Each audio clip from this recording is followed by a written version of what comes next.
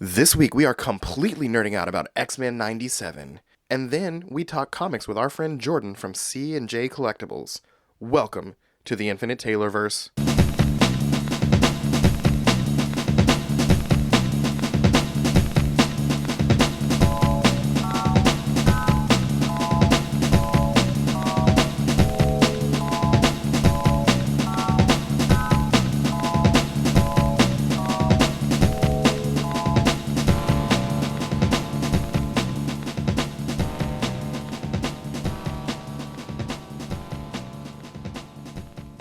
Warning. Red alert. Ay, ay, ay, ay, ay! Danger, Will Robinson.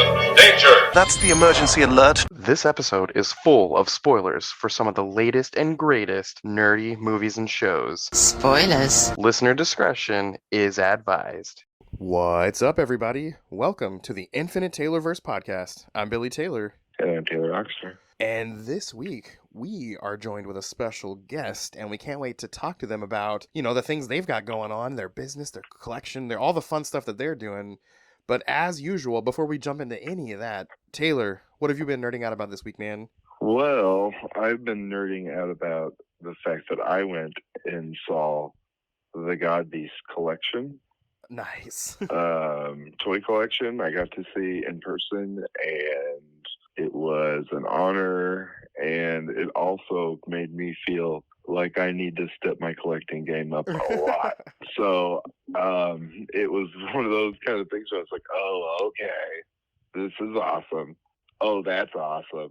Oh, this is really cool too. And it didn't stop. Like the whole entire time I was there for about an hour, probably 45 minutes to an hour, literally nonstop. Just like, oh, it's amazing. Oh, that's amazing. Yeah. And then I also, while I was there, we had made a trade and I got 2 figures of his, because I've been slowly collecting some Glyos figures, and he got me 2 of his big tanky guys. Yep. One of them glow in the dark from head to foot, and then the other one's like a bubblegum pink and blue and neon. It's awesome. It's like Hawaii 5-0 threw up on it. I love it. No, So that's awesome. yeah, so that was probably that, and then what we're probably going to talk about a little bit at least this week is X-Men. Oh, yes. So my nerding out, I have 2 things too, and you just said one of them. It is 100% X-Men 97. Oh my gosh. So Marvel released on their social media a quick, about 2 to 3 minute recap of the original series, and then it ends with about 20-30 seconds of what's to come, and oh man, that alone got me so hyped.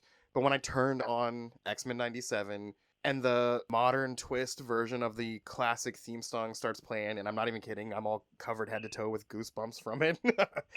And man, that first scene when that kid is kidnapped, and you can tell it's, the humans that hunt down the mutants just because, they're intolerant of mutants and all this and all that. And Yeah, when the Friends of Humanity. yeah, is for what they're called. the FOH, that's pretty funny. But when that scene happens and the kid's in the chair tied up and the lightning just cracks and Storm pops up and she starts, saying that classic, I call upon the elements, or, whatever she says in her. Yeah. Yeah. I literally, I got so nostalgic, tears started coming in my eyes. I couldn't help it. It was, oh man, it was so good. You know what? I'll tuck my man card away here for a second and say yes. Goosebumps, all the feelings. There were points where I laughed out loud. There were points I was visibly upset, especially during that second episode. Yeah. There's a moment in that second episode that I was literally just like, what? They're going to do that storyline right now? Yeah. Because it's a cartoon. Here's the thing is, the biggest chunk out of my comic book collection is Uncanny X-Men. And it is the Uncanny X-Men, probably late 70s, early 80s, all the way up to pretty much now. So I have those storylines, and those storylines they're not kiddie. They're very upsetting. Yeah. There was a solid probably 10 years of everything in the world taking a massive crap on the X-Men every month. And it was when they did the Magneto thing, with the trial, Uh-huh. I was thinking this is cool because hopefully we'll also get to see Cartoon Avengers Yeah. because that's part of this kind of thing. And then by the end of it, with the storm thing and the executioner, I was just like, oh man, they're just going to get dark right off the bat. And then at the end, you open the door and there she is. Yep. And it's like, oh, okay, so they're going to have to give up the baby too. Yeah. Like, it's like all of the worst parts of those storylines in one episode. Yeah. And I don't know what the end game here is, except I don't know. It's the X-Men. Do we ever really get a happy ending? But kind of. It's a cartoon. I want one. So we'll see. We'll see how it goes. But as of right now, I'm hook, line, and sinker. I'm just ready for something nice or good to happen. Yeah. I may or may not have already downloaded that song and made it my ringtone, the modern version of the theme song. But my second thing that I'm nerding out about this week, and this only came about a couple of hours ago, but they released the first teaser trailer for Beetlejuice. Oh my gosh. I'm so excited for that. It's going to be it's exciting. Especially since they've been talking about like a sequel to this movie for like gotta be 2 decades, right? Like almost, if not a few 3, years right? after it came out. Yeah. Well, I was thinking about it. Wasn't the original sequel supposed to be like take place on like Hawaii, and it was just like all like haunted tiki is kind of stuff? Yeah, and then it just never happened. Yeah. Are they bringing Michael Keaton back for that? Oh yeah. The trailer just dropped a couple of hours ago, so when we're done here, you'll have to go check it out. Yeah. I knew they were making a second one. We actually worked with an artist, Victor Garduno, producing one of his art books, and Beetlejuice was the cover. It turned out absolutely awesome. The rest of his art is too. We've worked on quite a few different things, and he just does amazing stuff. Like you said, X-Men 97.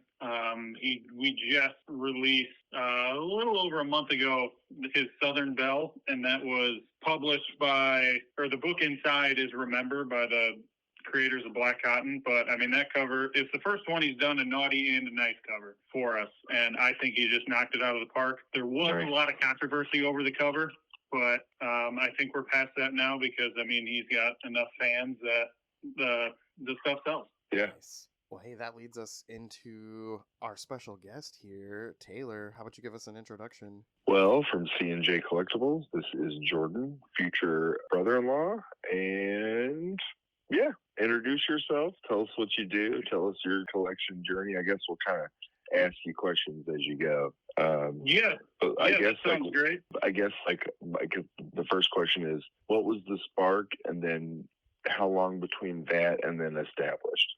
So, little over a year ago now, we decided to become C J Collectibles. My fiance Kate, she's the other half of it. She doesn't like talking in a setting or anything. And she's also pregnant at the moment, so she's not feeling very well. She's up in bed. Congratulations again, by the way. Congrats. Thank you. So I usually do, whenever we do streams, I do the talking and everything, and she does a phenomenal job of organizing stuff. We've done mystery packs before. She sets all of those up, so whenever I open them up on stream, it's just as a surprise to them as it is to me, which is kind of fun. Other than, sometimes I'll start these mystery packs at, $5-10, and she'll accidentally grab like a $40, $50 book and put it in there. So, yeah, but it's a good and bad thing. I mean, it's a good thing because it helps you. Yeah, for me, I don't mind. They know that, hey, you're going to get kind of deals like that from us more often than not. But with Whatnot, we haven't really been streaming too much lately. It's kind of a little bittersweet on there as a seller. Anyways, they've gotten way too much into giveaways, and it's definitely a lot of work put in for people just to come in for giveaways and then leave and not want to see anything that you have. So it's kind of disappointing in that remark. But we're still going strong on other platforms. Nice. Yeah, so like I said, about maybe I'd say about 2 years ago, I probably got back into collecting a lot. And then a little over a year ago, we started selling, and it's a lot of fun.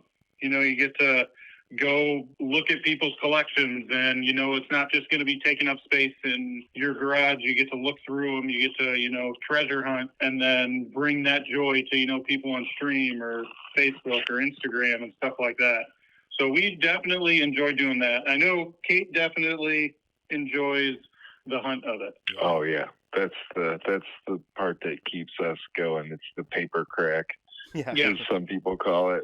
Sometimes you'll hear it as plastic crack. You'll see even like hashtags of that for like figure collectors and stuff like that. But yeah, it's crazy how addicting it is to like just be out in the wild or go to like one of those like little dinky like you go to a hotel like conference hall, like one room, bunch of sweaty dudes, and you're just rifling through like boxes.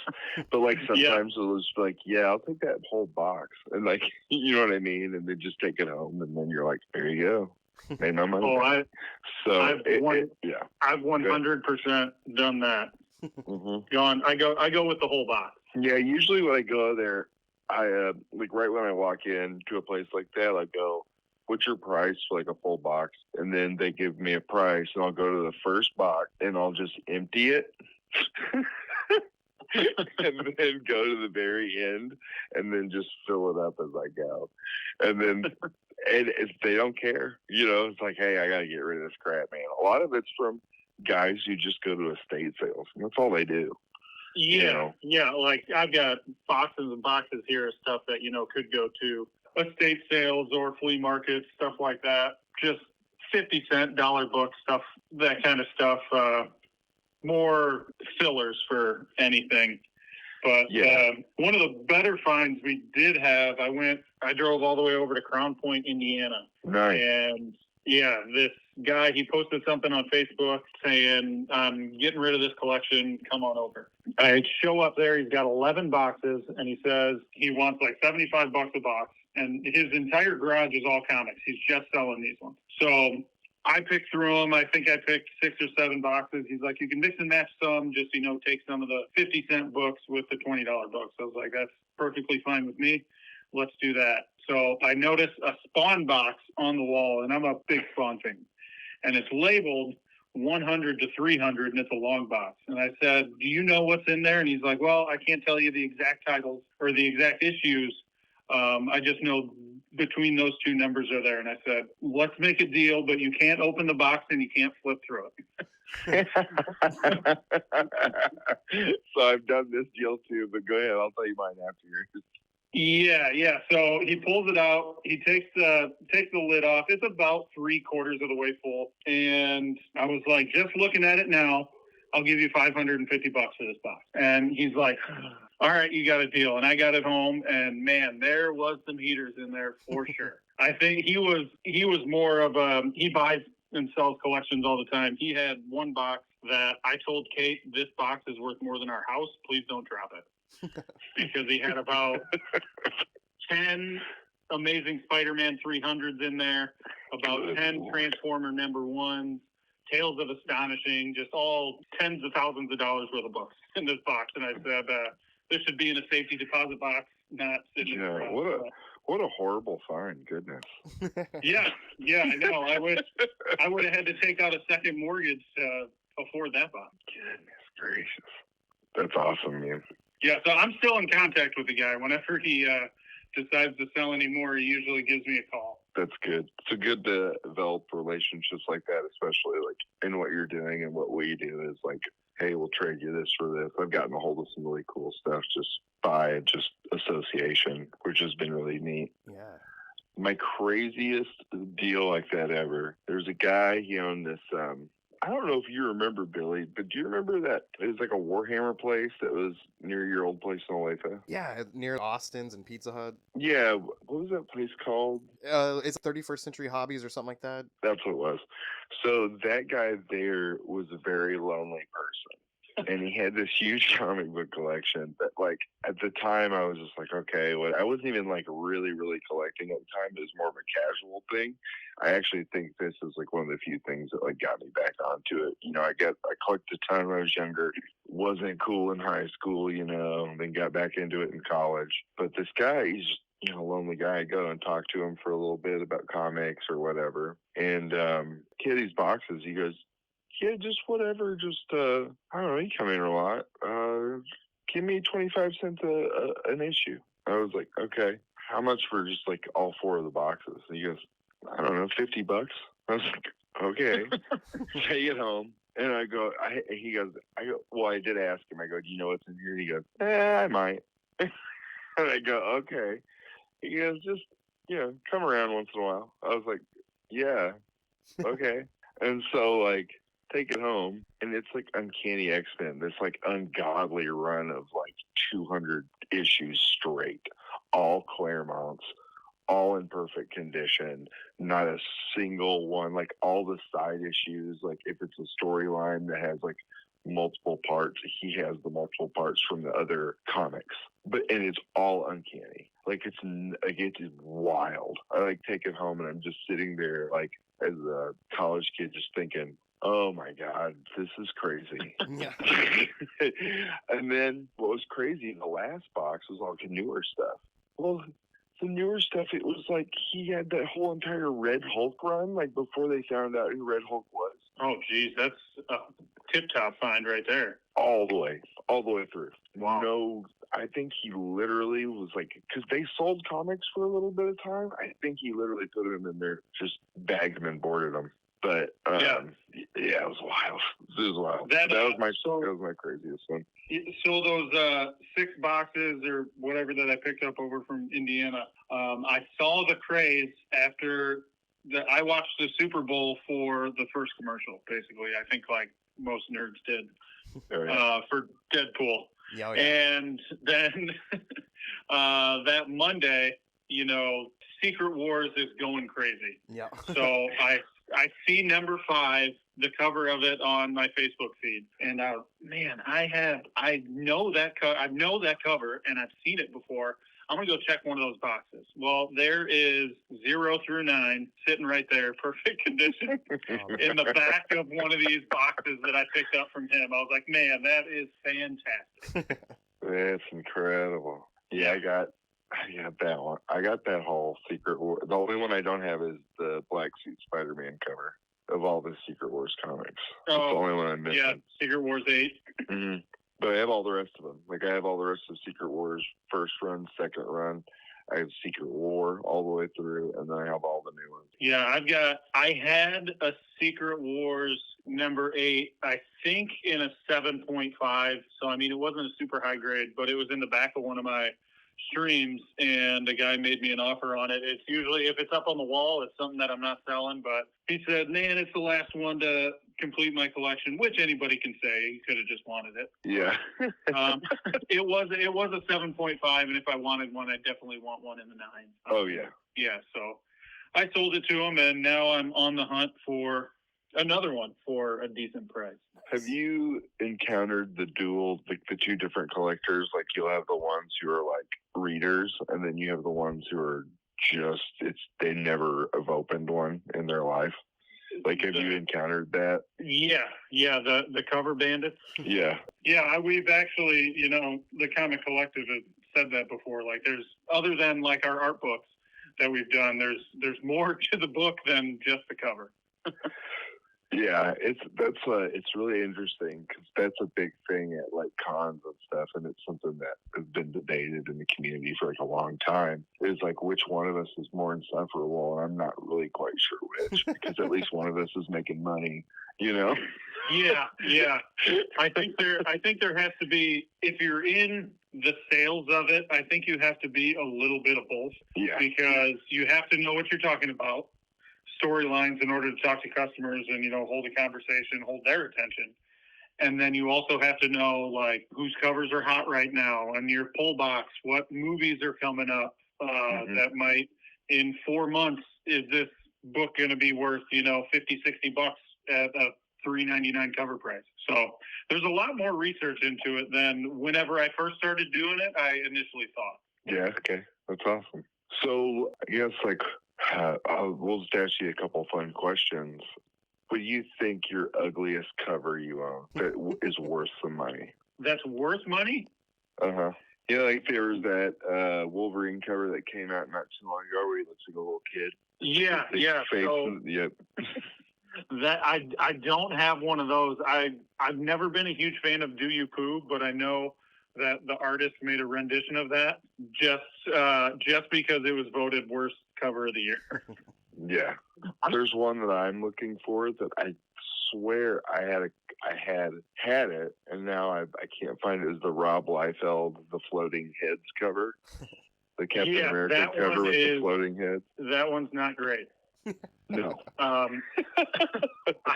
would say probably the worst cover that I have that's worth some money is one of Liefeld's, because he signed and remarked it and it's a 9/8, so it's worth some money, but there's feet in it, so they're not great ones, and it is it's a facsimile to New Mutants 98.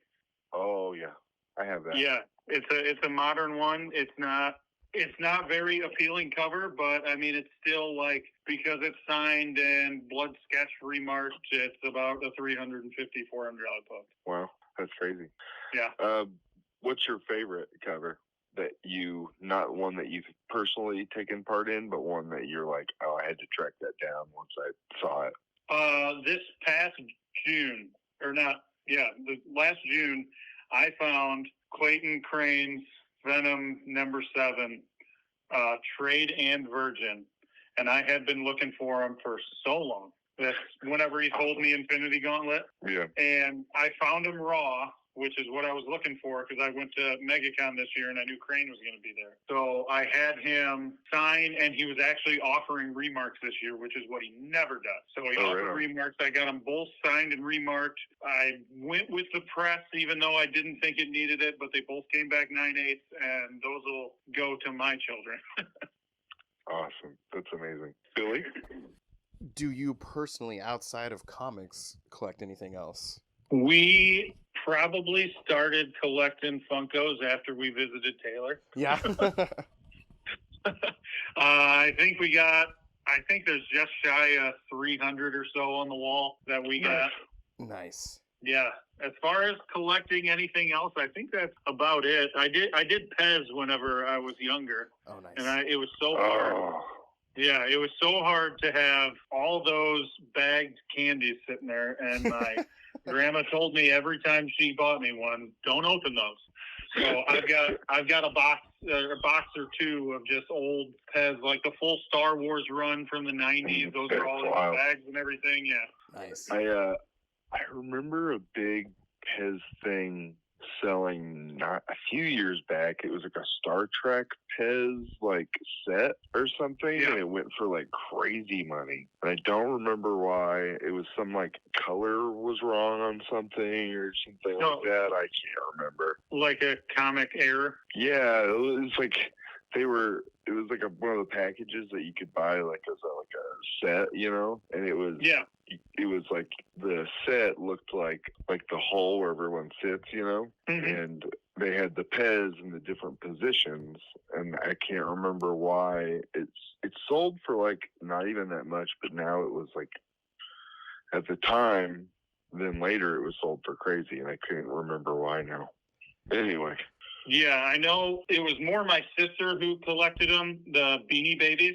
Oh, yeah. Which I think everybody had those. And I was bored one day, so I was Googling what's like the most expensive Beanie Babies. And that Princess Diana one is up there. And I think it has to have the tag. And I haven't gone and looked for it at my parents' house, but I know we had a purple bear. And I want to say it had that white rose on it, but I guarantee it'll be, out of all of the ones that we have, that one will be the one that had something spilt on it. Yeah. Yeah, Lauren found a big box of Beanie Babies, and I put them on my Mercari thing, and they just sat there. Yeah. Just sat there and sat there, and I was like, man, I thought these were going to go, really, honestly. I didn't think they were going to be, like, sold for any high dollar amount, but I figured they'd at least go. They just don't even go. They don't even move. It's crazy. Yeah, that was, so whenever I started doing this again, my dad had said, hey, I got a box of comic books up in the attic you can take a look at. And I mean, he had some old 100, like late 100s, early 200 Thors, which you've been to my garage. You know, I got Thor's hammer. I got Thornbreaker sitting right here. But every single one is in like a 0.5. Oh, Yeah. they're readers. Yeah, they are definitely readers, that's for sure.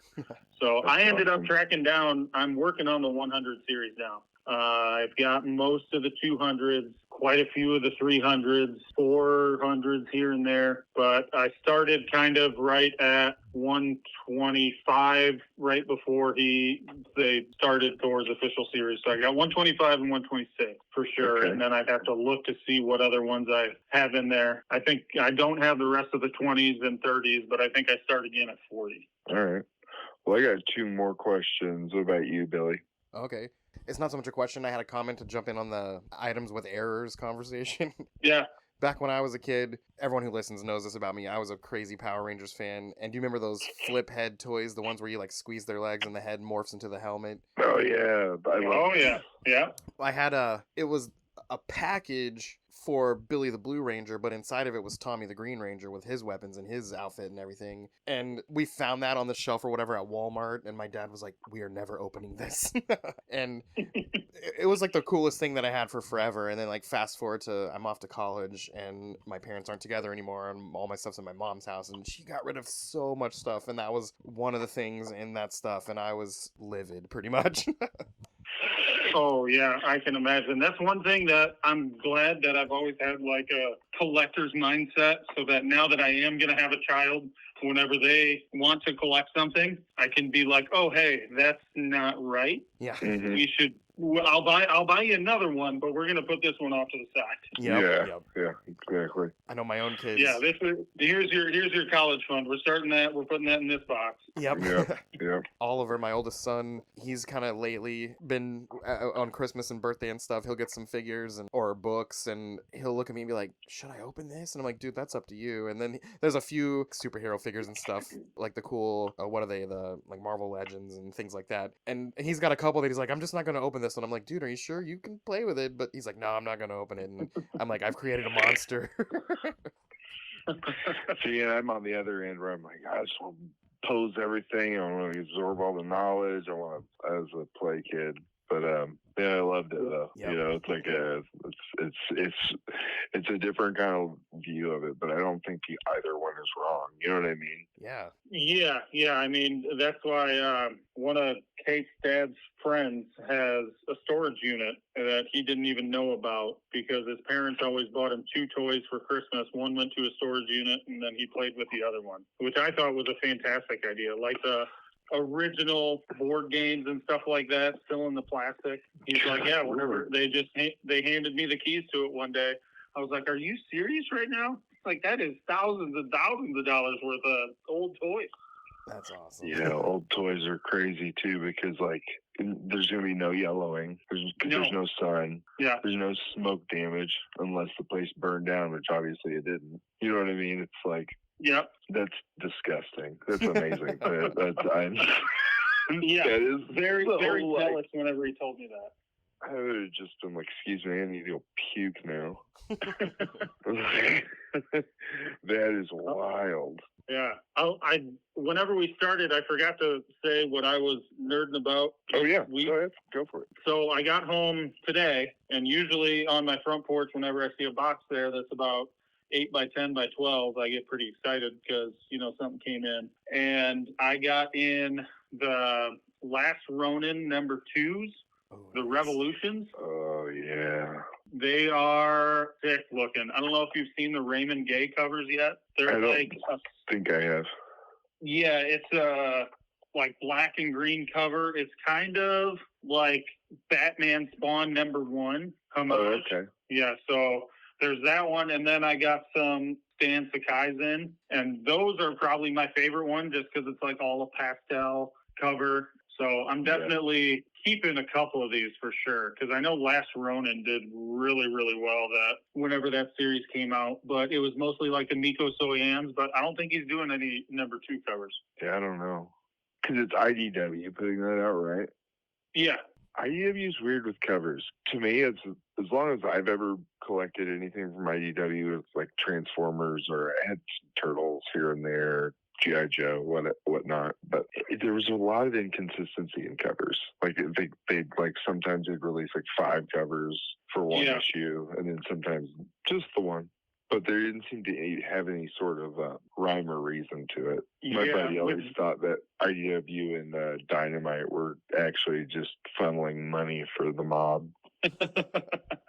Well, they might have been. I don't know. They definitely didn't spare any pennies on these ones because this is like a thicker cardstock and it's glossy too. So it's definitely a thicker book, and I think page quality is standard. But as far as the covers go, whenever you do like the Marvel covers, some of those are just they put gloss on them, but they're still like paper thin. Oh yeah.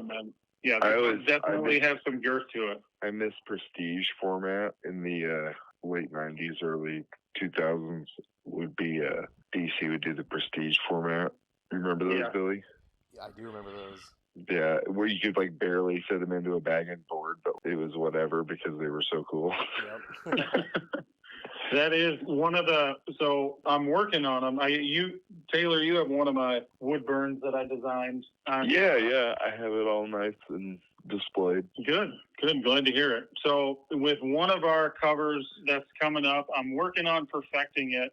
I got to find some 1/8-inch plywood because all the stuff I burn on now is quarter. And I've seen metal covers, but I want to be the first one to burn and produce wood covers. So how thin would you need to get it? Pretty thin, I would assume. That's why I want to go with 1/8-inch instead of quarter. So I have to special order 1/8-inch. Okay. Just so I can't get it in like oak because oak has a lot of grain and that usually blackens up a lot of the spots and shows a lot of detail. If I can get it in birch, it might be okay. But I mean, a metal cover is it's a print that's just glued onto the front of the book. Yeah. So yeah, I got the laser hero cut out exact size of a comic book and burn in the middle. So I want to be able to, set that up, let it run for 10 hours, print like 10 of them and make that like a 1 in 50 or something. Yeah, it'd be sick. Wood cover. Yeah. That's wild. Yeah, I'm hoping to. It's really hard burning covers that aren't good black and white. So if there's a lot of different colored shades of gray in there, then they kind of blend together because that's all you're burning something, you either got black or gray. Yeah, I mean, you could probably do like an old like Kirby covers. Yeah. The ones that I have found that turn out the best are Miko Soyan because he did a bunch of black and white variants. Yeah, a lot of Punisher covers you could probably do pretty well. Yeah, Punisher has turned out well, and so has. I would assume Venom as well. Yeah. Venom turns out pretty good. Depending on the covers. It's a lot of the less color, the better, right? Yeah. So if you have something that's, a strong base color, and then you just have like a black figure or something, like any of the Spider-Man 300 covers, those all turn out awesome. Or Spawn 300. I don't know. The cover's been homaged 1,000 times. Any of those turn out really well. Just because everything's kind of separate other than either the web or the chain flying through the 300. Yeah. Have you tried to get a hold of anyone like up to try to be like, hey, I'm going to try to do this wood cover. Like, you want it? You want in? I've brought it to just like the Comic Collective, the one that produces, Garduno books and then a couple other various artists that we've chose to do stuff with. But as far as like an actual publisher, I have not yet because it's not up to my standards. So I wouldn't want, to have a bunch of covers out there that I'm mass producing that, they look like garbage. Oh, yeah. One set of covers were the variants for, they're the DC variants, the white backgrounds with the character with the logo. Have you seen those? I have seen those. I have not burned any of them yet. I bet those would look really cool.